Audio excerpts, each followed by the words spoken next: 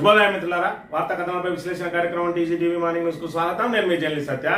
ముందుగా రాష్ట్రంలో జరుగుతున్న రాజకీయ పరిణామాలను కనుక పరిశీలించినట్లయితే తెలంగాణ రాష్ట్ర అప్పులు అక్షరాల 2 లక్షల కోట్లను దాటేసింది. మరి అప్పు చేసి పప్పుకూడు నేను ప్రోత్సహించా, నేను అప్పు చేసి పప్పుకూడు తినా, నేను గత ప్రభుత్వం చేసిన అప్పులనే మరి ఇక్కడ వడ్డీలు కట్టుకుంటూ మరి దీనిలో పొదుపు చేసుకుంటూ నేను రాష్ట్రాన్ని వెల్లదీసుకుంటూ వస్తున్నా అని చెప్పి ఏదైతే రేవంత్ రెడ్డి మరి ఇక్కడ అబద్ధాలను యథేచ్ఛగా ఆడుతా ఉన్నాడో, అప్పు పుట్టడం లేదని చెప్పి ఏదైతే మరి ఇక్కడ దొంగ ఏడుపులు ఏడ్చుకుంటూ వచ్చిందో, ఇప్పుడు ఆ అప్పును 2 లక్షలకు తీసుకుని వచ్చింది. మరి కేవలం 19 నెలల కాలంలో 2 లక్షల కోట్ల అప్పు తీసుకొచ్చినట్టయితే మరి ఇక్కడ అంటే ప్రతి నెల యావరేజ్ గా 10,000 కోట్లు దాటేస్తా ఉన్నది. అంటే 5 సంవత్సరాల కాలంలో 6 లక్షల కోట్లు. మరి 10 సంవత్సరాల కాలం పాలించిన వారు 4 లక్షల కోట్లు అప్పు చేసి మరి ఇంత పెద్ద ఇన్ఫ్రాస్ట్రక్చర్ డెవలప్ చేస్తే మరి ఒక ఇటుక కూడా పేర్చకుండా, ఒక కొత్త ప్రాజెక్ట్ లేకుండా, ఒక కొత్త పాలసీ లేకుండా, మరి ఇచ్చిన 6 గ్యారంటీలను అమలు చేయకుండా, 420 హామీల్లో మరి ఏ ఒక్క హామీని నిలబెట్టుకోకుండా ఈ రోజు 2 లక్షల కోట్లు అప్పు చేసిన రేవంత్ సర్కార్ ఇంకా అబద్ధాల మీదనే మరి ఇక్కడ అబద్ధాల పునాదుల మీదనే ప్రభుత్వాన్ని నడిపే ప్రయత్నం చేస్తా ఉన్నది. గత ప్రభుత్వాన్ని ఆరోపణలతోటి, అసత్య ఆరోపణలతోటి బురద జల్లే కార్యక్రమం చేసుకుంటూ మరి ఏదైతే జీవ ప్రదాయనిగా ఉన్నటువంటి కాళేశ్వరం జల భాండాగారాన్ని ఈ రోజు మరి ఇక్కడ దాని మీద బురద జల్లి మేడిగడ్డను మరమ్మత్తు చేయకుండా కాళేశ్వరం ప్రాజెక్టును ఎండబెట్టి, గోదావరిని ఎండబెట్టి ఈ రోజు రైతులను అష్ట కష్టాలు పాలు చేస్తా ఉన్నది. మరోవైపు యూరియా కష్టాలు చుట్టుముడుతా ఉన్నాయి. మరి ఇప్పటి వరకు రైతు భరోసాకు సంబంధించి 2 విడతలు ఎగవేసిండ్రు. కళ్యాణ లక్ష్మిలో తులం బంగారం లేదు, మహిళలకు 2500 లేదు, ఏదైతే మరి విద్యార్థులకు స్కూటీలు లేవు, కానీ అప్పులు మాత్రం 2 లక్షలకు చేరినాయి అని అంటే మరి ఈ ప్రభుత్వాన్ని మరి ఏ విధంగా మనం ఇంకా ఆయన చెప్పే అబద్ధాలనే నమ్ముదామా, లేదంటే మరి ప్రభుత్వానికి బుద్ధి చెప్పే విధంగా మరి ఇక్కడ మనందరం తిరగబడాల్సిన మరి సమయం ఆసన్నమైంది. దానికి ఏదైతే ఈ రోజు స్థానిక సంస్థల ఎన్నికల్లో గట్టెక్కడం కోసం మరి ఇక్కడ 2 విడతలు రైతు భరోసా ఎగ్గొట్టి ఈ విడతలో మరి అందరికి చెట్లకు పుట్లకు అన్నిటి కూడా మరి 6,000 చొప్పున రేవంత్ రెడ్డి వేసిండు. మరి ఇప్పటి వరకు ఎన్ని ఎకరాలు అనర్హులుగా ఉన్నాయి, ఎంతమంది సాగు చేస్తా ఉన్నారు అన్నట్టు లెక్కలే లేకుండా కేవలం మరి ఇక్కడ ఓట్లప్పుడు మాత్రమే రైతు భరోసా వేసి చేతులు తెలుపుకుంటున్న ఈ ప్రభుత్వాన్ని మరి ఇక్కడ నిలదీయాల్సిన అవసరం ఉన్నది. ఎక్కడికక్కడ మరి ఇక్కడ కాంగ్రెస్ కార్యకర్తలు ఎండగట్టాల్సిన అవసరం ఉన్నది. స్థానిక సంస్థలలో చిత్తుగా ఓడించాల్సిన అవసరం ఉన్నది. మరి ఇలా చూసుకున్నట్టయితే ఖర్గే ఏదో మొత్తం కాంగ్రెస్ కు సంబంధించిన గ్రామ స్థాయి నాయకులతో సహా ఎంపీ, ఎమ్మెల్యే, ముఖ్యమంత్రి వరకు మరి ఇక్కడ పాల్గొని పెద్ద ఎత్తున మరి ఇక్కడ సామాజిక న్యాయం పేరుతోటి ఏదో సభ నిర్వహిస్తానన్నట. సామాజిక న్యాయం అంటే మీరు ఏదైతే 42% కామారెడ్డి డిక్లరేషన్ లో వేసిండో, స్థానిక సంస్థల్లో 42% కనుక అమలు చేయకపోతే బీసీలు వాళ్ళ సామాజిక న్యాయాన్ని ఏ విధంగా ఏదైతే దాన్ని అందుబాటులోకి తీసుకొచ్చుకోవాలనో, లేదంటే సామాజిక న్యాయాన్ని ఎలా పొందాలనో వాళ్ళకు తెలుసు. కాబట్టి ఖచ్చితంగా మరి మీ స్థానిక సంస్థల ఎన్నికల్లో బుద్ధి చెప్పి వాళ్ళ సామాజిక న్యాయాన్ని కాపాడుకునే ప్రయత్నం చేస్తారనే విషయాన్ని మీరు మరవద్దు అని చెప్పి చెప్తా ఉన్నాం. ఇక ముందుగా వార్తా కథనాలు కనుక పరిశీలించినట్లయితే ముందుగా మంథనికి సంబంధించిన వార్తలు పరిశీలించినట్లయితే ఇక్కడ మంథని నియోజకవర్గంలో సంబంధించి గోదావరి మీద ఇప్పటికే సిరిపురం దగ్గర ఏదైతే మరి ఇక్కడ ప్రాజెక్టుకు సంబంధించి, సుందిల ప్రాజెక్టుకు సంబంధించి సిరిపురం మీద నుంచి మరి ఇక్కడ బ్యారేజ్ ఉన్నది. ఆ బ్యారేజ్ మీద నుంచి అటు మరి ఇక్కడ జైపూర్ కానీ లేదంటే శివారం కానీ చెన్నూరుకి వెళ్ళడానికి ఆ దారిని వాడుతా ఉన్నారు. మరోవైపు చూసుకున్నట్టయితే గ్రీన్ ఫీల్డ్ హైవే కూడా ఇక్కడ మంథనికి అదేవిధంగా సిరిపురానికి మధ్య నుంచి మరి గ్రీన్ ఫీల్డ్ హైవే వస్తా ఉన్నది. తాజాగా మరి ఇక్కడ మంత్రి శ్రీధర్ బాబు గారు మంథని నియోజకవర్గంలో ఉన్న సమస్యలన్నింటినీ పక్కన పెట్టి మరి ఇక్కడ అత్యవసరమైన ఏదైతే పనుల కింద ఆ మంత్రి మీద మరో బ్రిడ్జి తీసుకొస్తా ఉన్నాడట శివారం వెళ్ళడానికి. మరి శివారం ఏదన్నా పారిశ్రామిక కేంద్రమా, శివారం నుంచి నిత్యం రాకపోకలు ఉంటాయంటే ఏది లేదు. మంత్రిలో ఉన్న భూములలో ఏదైతే వాళ్ళ సామాజిక వర్గానికి సంబంధించిన వాళ్ళు కొంతమంది పెద్ద ఎత్తున అక్కడ ఎవరైతే భూములు కొన్నారో వాటికి విలువను పెంచడానికి, అదేవిధంగా యువతల దిక్కు ఏదైతే బైపాస్ రోడ్ చేస్తా ఉన్నాడు, మరి ఇప్పటికే అక్కడ బైపాస్ రోడ్ వస్తా ఉన్నది గ్రీన్ ఫీల్డ్ హైవేకి సంబంధించి పుట్టబాక దగ్గర వస్తా ఉంటే ఈయన కూచురాజుపల్లి నుంచి మరి అక్కడ మంథని బ్రిడ్జికి ఏదైతే మంథని గోదావరి వరకు పోవడానికి బైపాస్ రోడ్ తెస్తా ఉన్నాడట. అంటే ప్రజలకు ఏమాత్రం అవసరం లేని ఆ ప్రాజెక్టు చేపట్టి మరి 300 నుంచి 450 కోట్ల వరకు ప్రజాధనాన్ని ఈ విధంగా దుర్వినియోగం చేస్తా ఉన్నారు. మరి అక్కడ ఏదైతే మానేరు మీద ఇప్పటి వరకు మరి ఇక్కడ తండ్రి కొడుకులు ఒక వంతెన కూడా కట్టలేదు. 50 సంవత్సరాల పాటు పాలించింది ఇద్దరు కలిసి, ఒక వంతెన కూడా కట్టలేదు. ఏదైతే పివి నరసింహారావు గారు కట్టిండ్రో అదే వంతెన ఈ రోజు శిథిలావస్థలో ఉన్నది.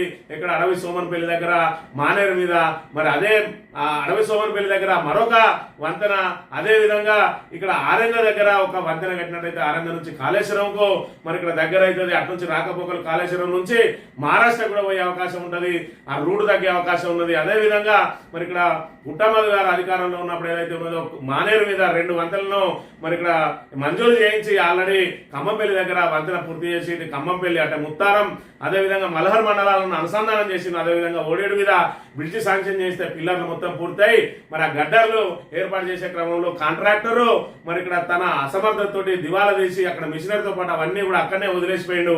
మరి ఇక్కడ శ్రీధర్ బాబు గారు మంత్రి అయిన మరుక్షణమే అక్కడికి వచ్చి ఓడేడు బ్రిడ్జ్ లో అనేక అవకతవకలు జరిగినాయి. ఆ అవకతవకలన్నింటినీ కూడా బయటకు తీస్తా ఓడేడు బ్రిడ్జిని సత్వరం నిర్మాణం పూర్తి చేస్తా అన్నాడు.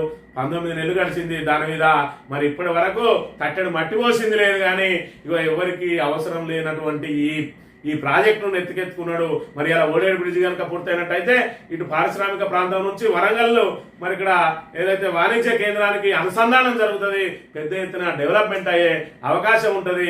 దాన్ని పూర్తి చేయాలంటే 2-3 నెలల్లో పూర్తి చేసే అవకాశం ఉంటుంది.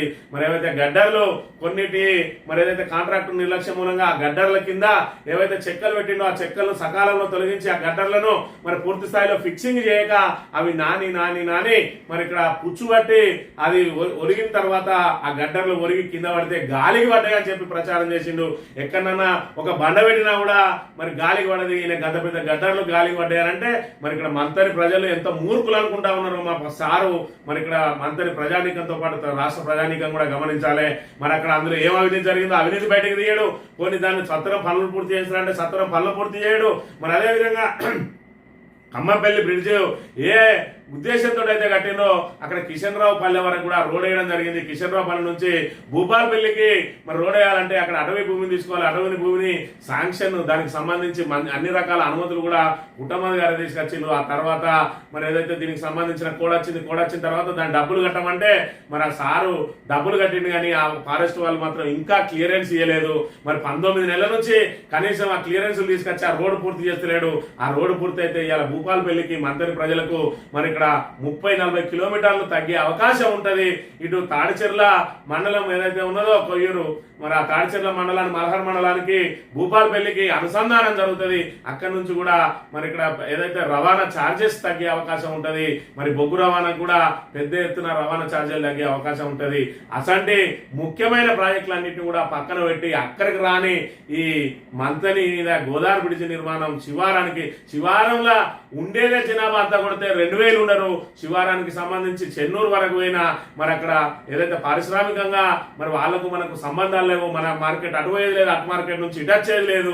అయినప్పటికీ కూడా 300 నుంచి 450 కోట్లు ఖర్చు చేయడానికి ముందుకు వచ్చిన చంద్రబాబు ఆ 350 నుంచి 400 కోట్లు కనుక పెట్టినట్టయితే ఇక్కడ ఓడేడు బ్రిడ్జి పూర్తి అవుతుంది. అదేవిధంగా మరి ఇక్కడ అరవి సోమన్పల్లి దగ్గర కొత్త బ్రిడ్జి నిర్మాణం జరుగుతుంది. అదేవిధంగా ఆరేంగుండ దగ్గర కూడా కొత్త బ్రిడ్జి నిర్మాణం అవుతుంది. ఈ 3 బ్రిడ్జిలు కనుక ఏకకాలంలో నిర్మాణం పూర్తి చేసుకున్నట్టయితే రవాణా వ్యవస్థ మెరుగుపడడంతో పాటు మంతని అభివృద్ధికి ఆలవాలంగా మారుతుంది. అయినప్పటికీ కూడా సార్కు మంతని అభివృద్ధి మీద కంటే ఆయన సొంత పనుల మీదనే మరి ఇక్కడ ఏదైతే ఆయనకు ఇంట్రెస్ట్ ఎక్కువ ఉందని చెప్పి నేను పుట్టమధు గారు ఆరోపించిన అంశాన్ని మనం ఇక్కడ చూసినట్టయితే గ్రీన్ ఫీల్డ్ హైవే పక్కన రింగ్ రోడ్ ఎందుకు? మంత్రి ప్రజలకు దాంతో ఉపయోగమైంది. సీఎం రాజా మంత్రి తమ్ముడు రియల్ ఎస్టేట్ భూములకు డిమాండ్ వచ్చేందుకే నిర్మిస్తున్నారు. 300 కోట్ల ప్రజాధనాన్ని దుర్వినియోగం చేస్తారా మంత్రి మాజీ ఎమ్మెల్యే పుట్టమధుకర్? మందల్లో రింగ్ రోడ్ పేరుతో 300 కోట్ల ప్రజాధనాన్ని దుర్వినియోగం చేస్తున్నారని, గ్రీన్ ఫీల్డ్ హైవే పక్కనే రింగ్ రోడ్ నిర్మిస్తే ప్రజలకు ఏ విధంగా ఉపయోగంగా ఉంటుందో మంత్రి శ్రీధర్ బాబు సమాధానం చెప్పాలని మంత్రి మాజీ ఎమ్మెల్యే పుట్టమధుకర్ ప్రశ్నించారు. మందల్లోని కూచిరాయపల్లి మైనార్టీ గురుకుల పాఠశాల సమీపంలో ఇటీవల రింగ్ రోడ్డు భూమి పూజ జరిగిన ప్రాంతానికి గురువారం వెళ్లారు. నేషనల్ హైవే రింగ్ రోడ్ పక్కన రింగ్ రోడ్ ఎక్కడి నుంచి ఎలా వస్తున్నాయనే విషయాలను వివరించారు. అనంతరం ఆయన మాట్లాడుతూ కూచిరాజపల్లి సమీపంలో మంత్రికి చెందిన సిఎల్ రాజం రియల్ ఎస్టేట్ భూమిలో మంత్రి సోదరుడు వాటా ఉందని, అక్కడ రియల్ ఎస్టేట్ వ్యాపారాన్ని ప్రోత్సహించేందుకే రింగ్ రోడ్ తీసుకొచ్చారని ఆయన మరి ఆరోపణలు చేశారు. రింగ్ రోడ్డుతో మంత్రికి నష్టమే తప్ప ఇక్కడ ప్రజలకు ఎలాంటి ఉపయోగం లేదని ఆయన అభిప్రాయం వ్యక్తం చేశారు. ఇప్పటికే మంత్రి నియోజకవర్గంలో నిర్మిస్తున్న 38 కిలోమీటర్ల మేర గ్రీన్ ఫీల్డ్ హైవే ద్వారా గోదావరి నది అవతల నుంచి అడవి శ్రీరాంపూర్ దాకా వెళ్లే అవకాశం ఉంది. ఉందన్నారు. ఈ హైవేలో అడవి శ్రీరాంపూర్, బేగంపేట, పుట్టపాక, పోతారంలో మొత్తం 4 ఇంటర్చేంజ్లు ఏర్పాటు చేస్తున్నారని, ఈ క్రమంలో రింగ్ రోడ్డుతో ప్రయోజనం ఏంటో ఆలోచన చేయాలన్నారు.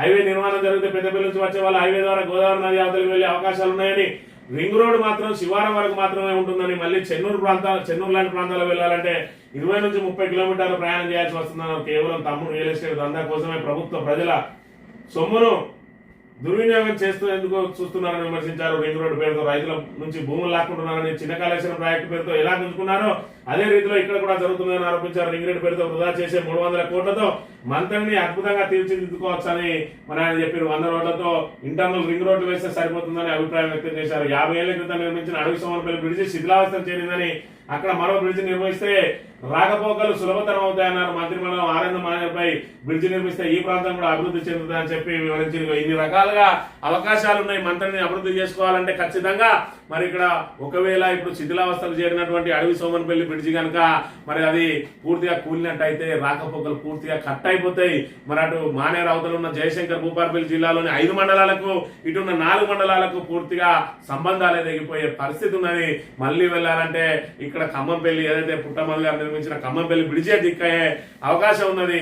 అక్కడ ఆల్రెడీ శిథిలావస్థలు చేరింది. పివి నరసింహారావు కాలంలో కట్టినటువంటి ఆ బ్రిడ్జిని మరి ఇక్కడ పునరుద్ధరించాలంటే ఆ పక్కన మరో బ్రిడ్జి నిర్మించి దాని మీద ఆ లోడ్ తగ్గించాల్సిన అవసరం ఉన్నది. పెద్ద పెద్ద మరి భూపాలపల్లి నుంచి గోదావరి కనికి ఏదైతే సప్లై అవుతున్నదో ఆ బొగ్గు, అదే విధంగా ఇసుక లారీలు అన్ని కూడా దాని మీద నుంచే పోతా ఉన్నాయి. మరి అది ఇప్పుడు ప్రమాదకర స్థాయికి చేరింది. అక్కడ బ్రిడ్జి నిర్మించడానికి పూనుకోలేదు సారు.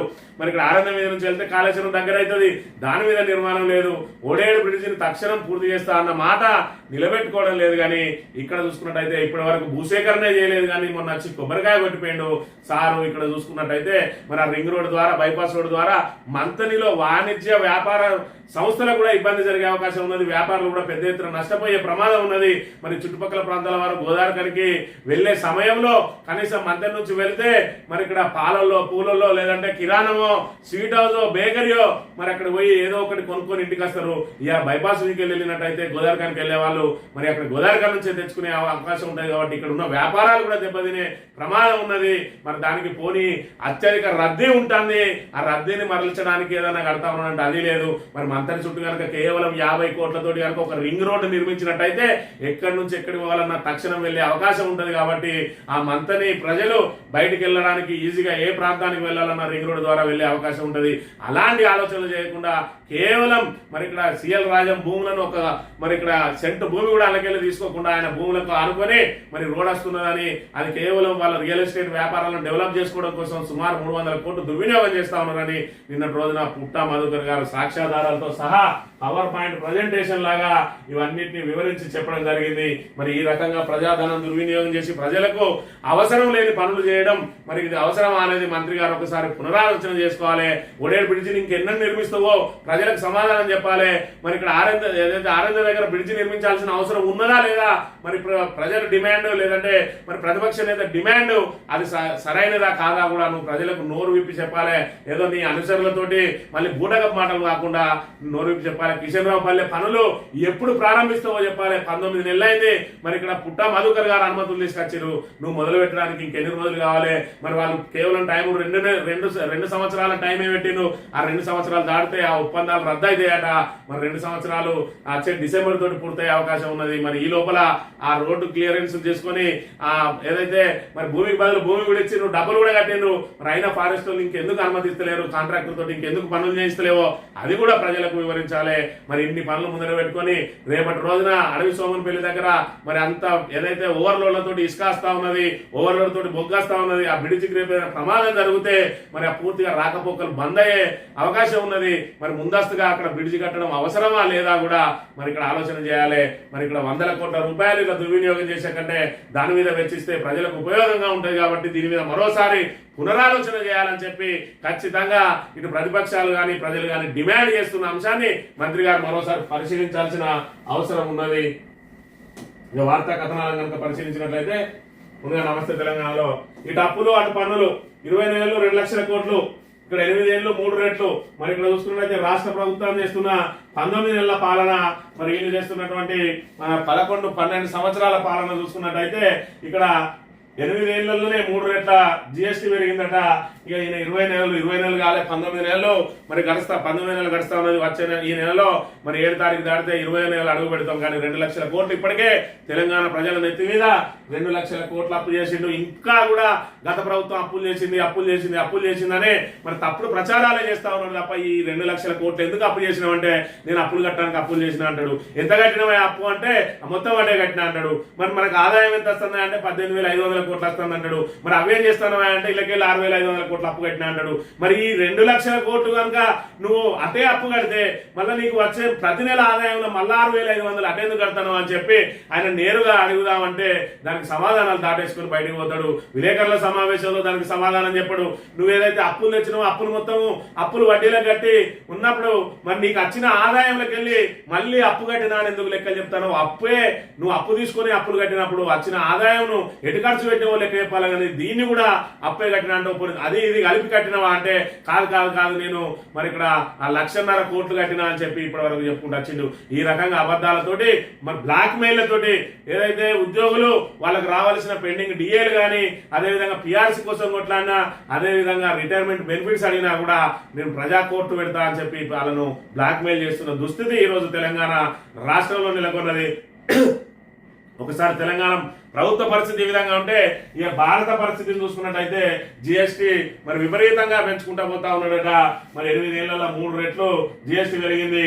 ఎన్డీఏ పాలనలో సగటు జీవికి పన్నుకోటు 2017-18 జిఎస్టీ వసూలు 7,41,000 కోట్లుంటే 24-25లో అది 22,08,000 కోట్లకు చేరిందట. 5 ఏళ్లలోనే రెట్టింపు. 8 ఏళ్లలో 3 రెట్లు. ఇంతవరకు వసూలైన జిఎస్టీ 118 లక్షల కోట్లు జిఎస్టీ ద్వారానే వచ్చింది. అంటే సగటు జీవి ఒక్కొక్కరు 81,000 జిఎస్టీ భారం పడ్డది. అంటే మనం కొనే సబ్బుల మీద అయితే, నూనె మీద అయితే, ఉప్పు మీద అయితే, పప్పు మీద అయితే ఇవన్నిటికీ మనం జిఎస్టీ రూపంలో కట్టిన పన్ను ఈ 8 ఏళ్లలో ఒక్కొక్కరు 81,000 రూపాయలు కేవలం జిఎస్టీ ద్వారానే కట్టిండు అని చెప్పి యావరేజ్ దిత్తే వెళ్తా ఉన్నది. అంటే మరి ఇక్కడ మనం పన్నుల రూపంలో ఎంత కడతా ఉన్నాం, మరి మనకు కేంద్రం నుంచి మళ్ళీ ఏదైతే మనకు డెవలప్మెంట్ రూపంలో ఎంత వస్తుంది అంటే డెవలప్మెంట్ మొన్ననే చూసుకున్నాం 0. మరి ఇక్కడ టీఆర్ఎస్ అధికారంలో ఉన్న 10 సంవత్సరాలు వేధించింది ఇదే ప్రభుత్వం, బీజేపీ ప్రభుత్వం. ఇవాళ మరి ఇక్కడ వాళ్ళ బద్ధశత్రువైనటువంటి కాంగ్రెస్ వచ్చింది. అయినా కాంగ్రెస్ తోటి ఇక్కడ గల్లీలో దోస్తీ చేసుకుంటూనే ఢిల్లీ నుంచి మన మీద మరి ఇక్కడ కుట్రలు మాత్రం జరుగుతూ ఉన్నాయి. 2 బడ్జెట్లు పెడితే 2 బడ్జెట్లలో కూడా 0 బడ్జెట్ కేటాయించింది. అయినా కూడా రేవంత్ రెడ్డి మా బడే బాయ్ అని ఆయన నెత్తికెత్తుకొని తిరుగుతున్న అంశాన్ని కూడా మనం చూడాలి. ఇక కోమటిరెడ్డి వెంకటరెడ్డి స్థాయి కేసీఆర్ స్థాయి అట. నేను కేటీఆర్ కు హరీష్ రావుకు మరి వాళ్ళు వేసే ఏవైతే ఆరోపణలు వాటికి నేను సమాధానం చెప్పను. కేవలం కేసీఆర్ మాట్లాడితే నేను మాట్లాడతా, వీళ్ళు మాట్లాడితే మా ముఖ్యమంత్రి చూసుకుంటాడు అని చెప్తా ఉన్నాడు. అంటే రేవంత్ రెడ్డి స్థాయి నా స్థాయి కాదు, నేను కేసీఆర్ స్థాయి, రేవంత్ రెడ్డి కేటీఆర్ హరీష్ రావుల స్థాయి, నేను రేవంత్ రెడ్డి కంటే పెద్ద స్థాయిలో ఉన్నా అని చెప్పి రేవంత్ రెడ్డిని అవమానపరిచేలా మరి ఆయనను అవహేళన చేసేలా నిన్న మాట్లాడిన నాకు కేసీఆర్ స్థాయి, కేటీఆర్ హరీష్ కుమార్ సీఎం జవాబిస్తారు. కూలి చేసుకుంటే 5 లక్షలు ఇల్లు ఇస్తున్నాం, మామూలు విషయం వాళ్ళు 5,000 అయినా చూస్తారా మంత్రి కోమటిరెడ్డి వ్యాఖ్య. ఇంత అహంకారపు బలుపు మాటలు మాట్లాడుతా ఉన్నాడు.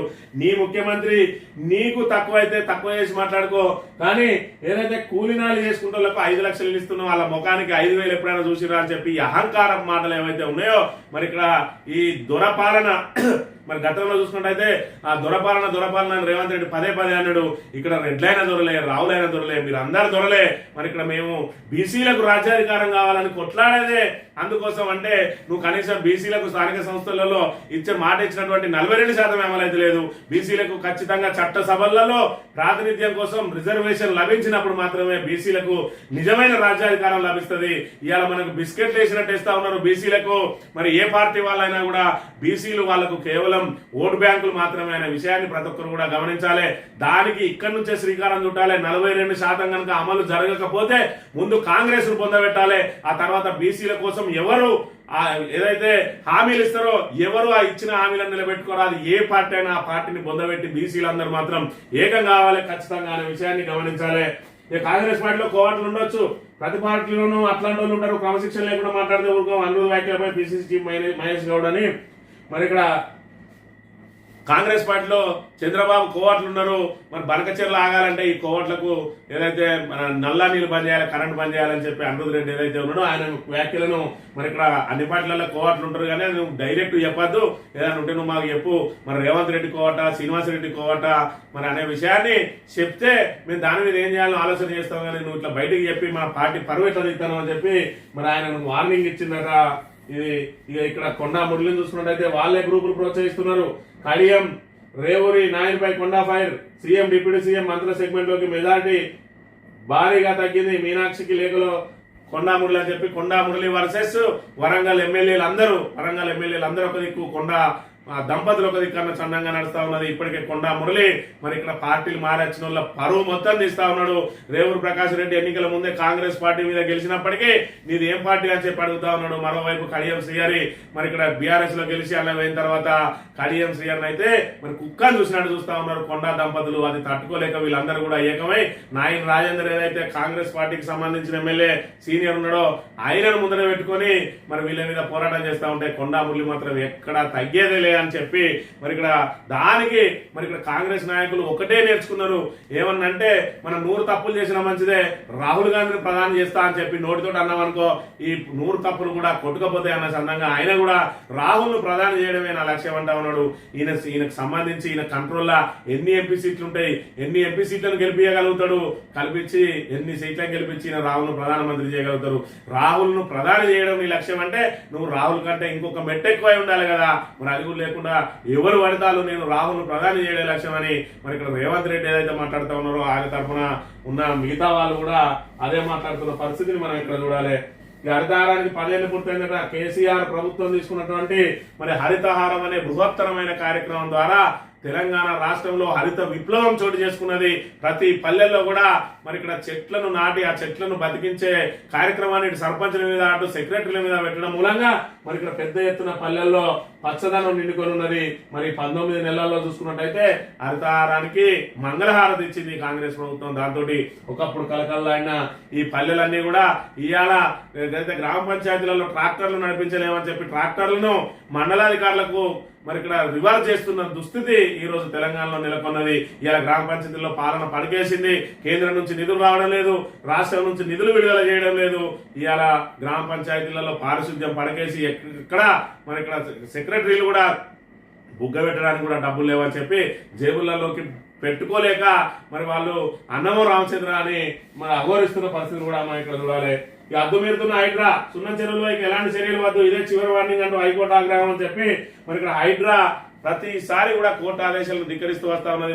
మొన్న సున్నం చెరువులో ఉన్న మరి ఏదైతే కట్టడాలన్నింటి కూడా గుర్చేసింది. వాళ్ళకు స్టే ఆర్డర్లు ఉన్నా కూడా లెక్క చేయడం లేదు. దాంతో హైకోర్టు ఇదే మీకు చివరి వార్నింగ్ అని హెచ్చరించిందట. ఖచ్చితంగా రంగనాథం తీసుకొచ్చి బోన్లో నిలబెట్టి మరి ఏదైతే మొన్న సిరిసిల్ల కలెక్టర్కు శిక్ష విధించిందో పొద్దున్న సాయంత్రం వరకు అక్కడనే నిలబడాలని రంగనాథ్ను కూడా ఓ 2-3 రోజులు ఆ కోర్టులో నిలబెట్టి మరి అక్కడ శిక్ష అయితే తప్ప ఆయన వెనక్కి తగ్గే పరిస్థితి లేనట్టు కనబడతా ఉండొచ్చు. అంశాన్ని మనం ఇక్కడ చూడవచ్చు. కార్యకర్తనే బలి ఉన్న కాంగ్రెస్ నేతలట. మంత్రి సీతక్క నియోజకవర్గంలో దారుణం, ఇందిరా మిల్లు వాళ్ళని అడగడమే నేరం, నేతల వేధింపులు, పోలీసుల వేధింపులు మనస్తాపంతో సుక్క రమేష్ ఆత్మహత్య, జాతీయ రహదారిపై స్థానికుల ఆందోళన, బాధ్యులపై చర్యలు తీసుకోవాలని డిమాండ్. మరి ఇక్కడ సొంత పార్టీ కార్యకర్తలనే మింగుతా ఉన్నారు. కాంగ్రెస్ నాయకుల ధనదాహం ఏ విధంగా ఉన్నది అని అంటే ఇందిరమ్మ ఇల్లు అంటే మరి ఇక్కడ కాంగ్రెస్ కమిటీలు వేసింది ఇందిరమ్మ కమిటీలని. ఆ కమిటీలో వీళ్ళ పేరు రావాలంటే మరి వాళ్ళకి ఆమ్యామ్యాలు ఇవ్వాలి. మరి ఇక్కడ దాని మీద నిలదీసినందుకు ఈయనకు పోలీసులతోటి వేధింపులు, నాయకులతో వేధింపులట. ఆ వేధింపులు భరించలేక ఇక్కడ ఆత్మహత్య చేసుకున్నాడు కాంగ్రెస్ పార్టీకి సంబంధించిన కార్యకర్త మరి సీతక్క. ఏదైతే బడుగు బలహీన వర్గాల ముఖ్యంగా మరి ఆటవికులకు మరి ఏదైతే అండగా నిలుస్తున్నా అని చెప్పి చెప్పుకునే సీతక్క ఇలా వాళ్ళ ప్రాణాలు పోతున్నా పట్టించుకోవడం లేదనే విషయాన్ని మనం ఇక్కడ చూడవచ్చు. సాక్షి దినపత్రిక విషయానికి వస్తే వచ్చేసారి మంత్రి పదవులు ఆశించిన నేతలతో ఏఐసిఐసి అధ్యక్షుడు మల్లికార్జున ఖర్గే అన్ని సామాజిక వర్గాలు జిల్లాలకు భవిష్యత్తులో సంస్థ అనుభవం అర్హతలకు అనుగుణంగా పదవులు సర్దుబాటు చేస్తాం, రెండోసారి అధికారంలో వస్తాం, అప్పుడు అవకాశాలు ఇస్తారట. ఇప్పటి మాట దేవుడేరు రెండోసారి వచ్చినాక చూస్తాం అని చెప్పి అంటా ఉన్నాడు.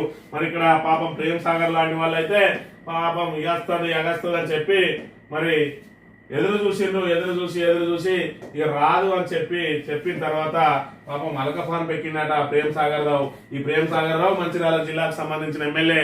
ఇక్కడ మంచిర్యాల జిల్లా నుంచి వివేక్ చెన్నూరు నుంచి, అదేవిధంగా బెల్లంపల్లి నుంచి వివేక్ సోదరుడు వినోద్ ప్రాతినిధ్యం వహిస్తా ఉన్నాడు.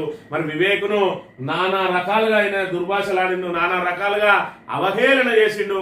4 పార్టీలు తిరిగి వచ్చినోడికి ఎవడిస్తాడా మంత్రి పదవి అన్నాడు, నాదే మంత్రి పదవి అన్నాడు. ఈయన శ్రీధర్ బాబు అండదండలు చూసుకొని ఇక ఆయనేమో ఆనతి ఇచ్చిండు, నీకే పో మంత్రి పదవి అని. ఈయనేమో శ్రీధర్ బాబే చెప్పినాక ఇంకా మనకేం డోకా ఉంటుందని చెప్పి ఎగిరెగిరి పడ్డాడు. ఎగిరెగిరి పడితే వాళ్ళు ఒక్క షాట్ ఇస్తే ఎగిరి ఎల్లెలకల పడ్డాడు.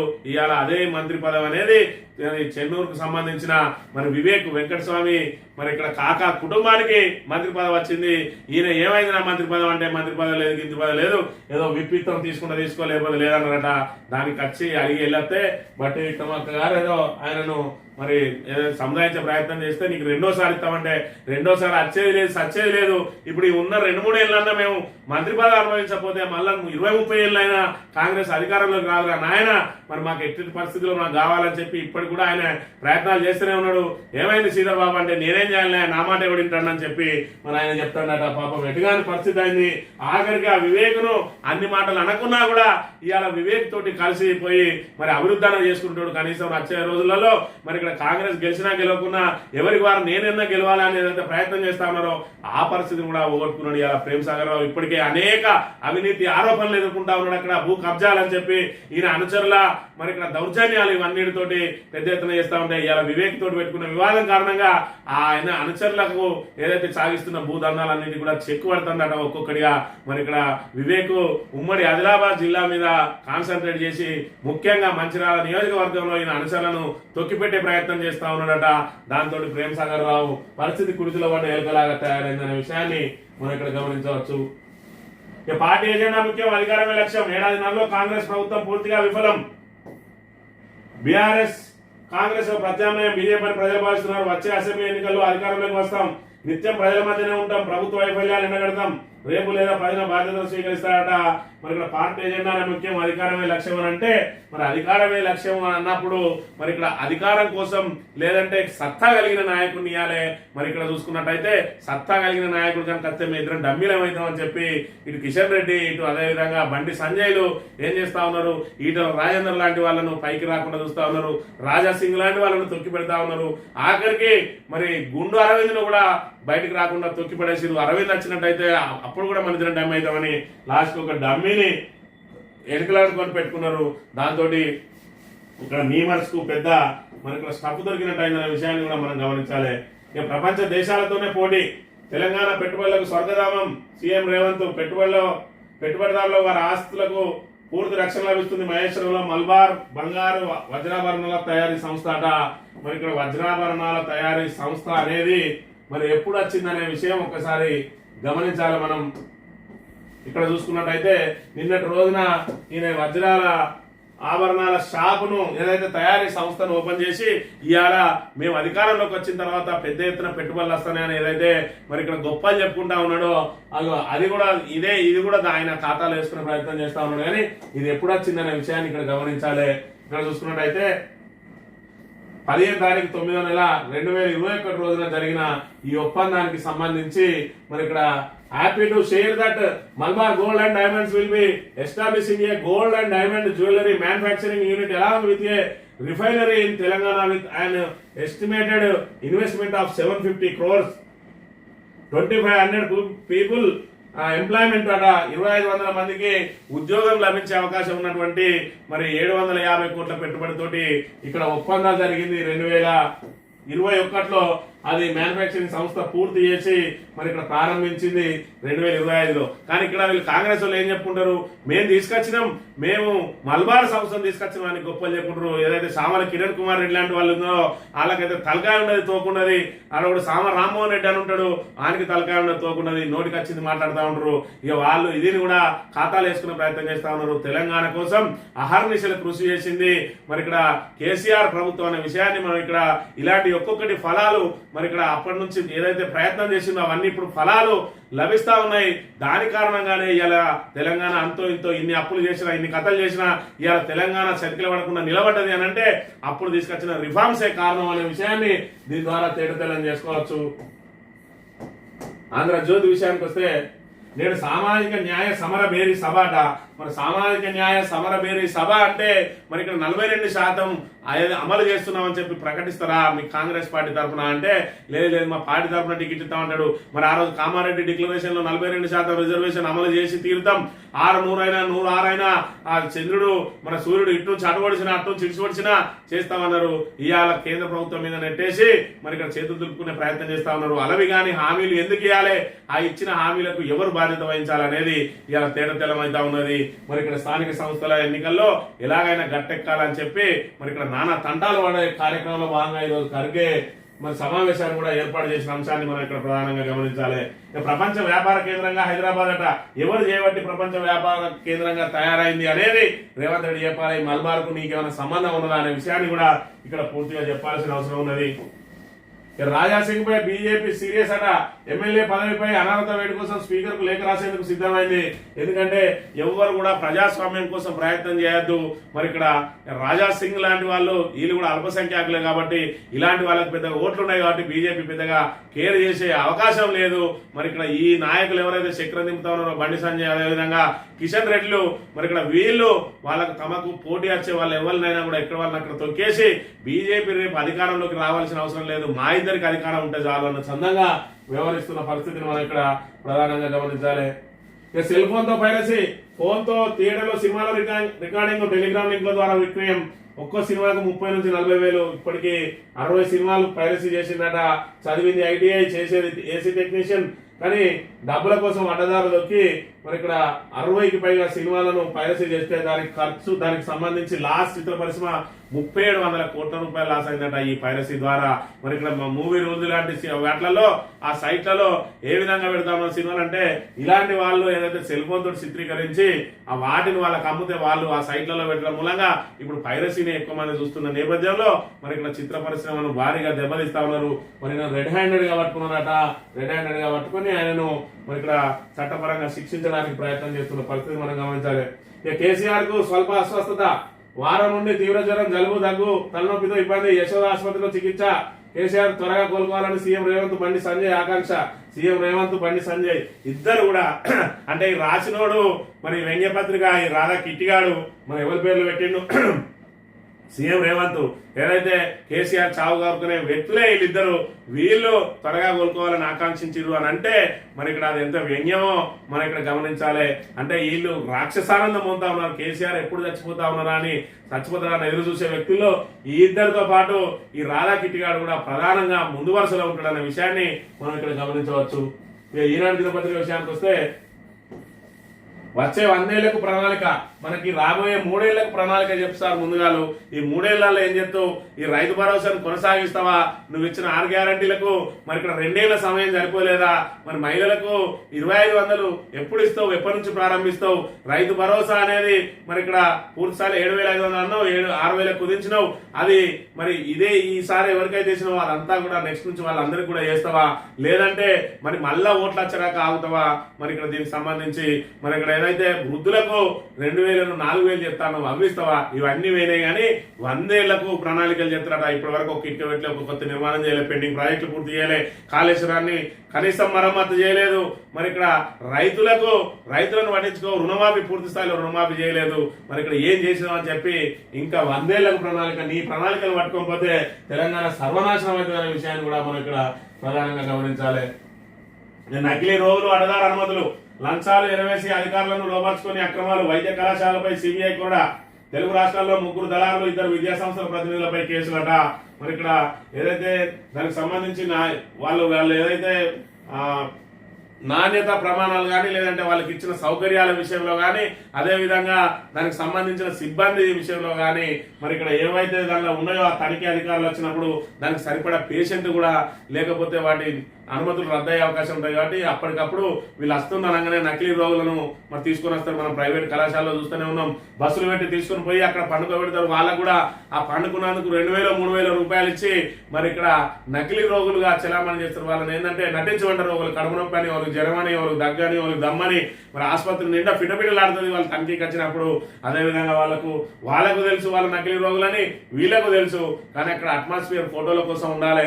అవన్నీ తీసుకుని వాళ్ళకి ఇచ్చే డబ్బులు తీసుకొని బయటపడతారు. దీని మీద సిబిఐ మరి ఇక్కడ ఏదైతే లంచాలు ఎరవేసి అధికారులను లోపరుచుకుని అక్రమాలు చేస్తున్నారని చెప్పి వచ్చిన ఫిర్యాదుల మేరకు సిబిఐ తనిఖీలు చేస్తే మరి ఇక్కడ తెలుగు రాష్ట్రాలకు సంబంధించి 3 దళారులు, 2 విద్యా సంస్థల అధినేతల పేర్లు కూడా అందులో పెట్టి వాళ్ళ మీద కేసులు నమోదు చేసిందనే విషయాన్ని మనం ఇక్కడ ప్రధానంగా గమనించాలి.